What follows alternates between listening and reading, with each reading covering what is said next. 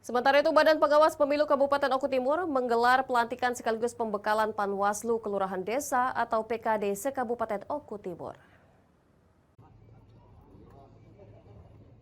Bertempat di gedung pertemuan Hotel Paraipuri di Kabupaten Oku Timur, Badan Pengawas Pemilu Kabupaten Oku Timur melaksanakan pelantikan dan pembekalan pada Panwaslu Kelurahan Desa atau PKD pada pemilihan gubernur dan wakil gubernur serta bupati dan wakil bupati. Kegiatan tersebut dihadiri oleh Forkopimda, segenap Panwascam dan Komisioner Bawaslu Oku Timur.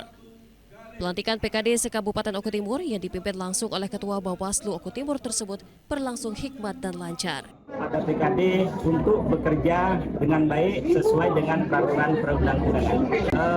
PKD akan bertugas di desa masing-masing, melakukan pengawasan di desa sesuai domisili masing-masing.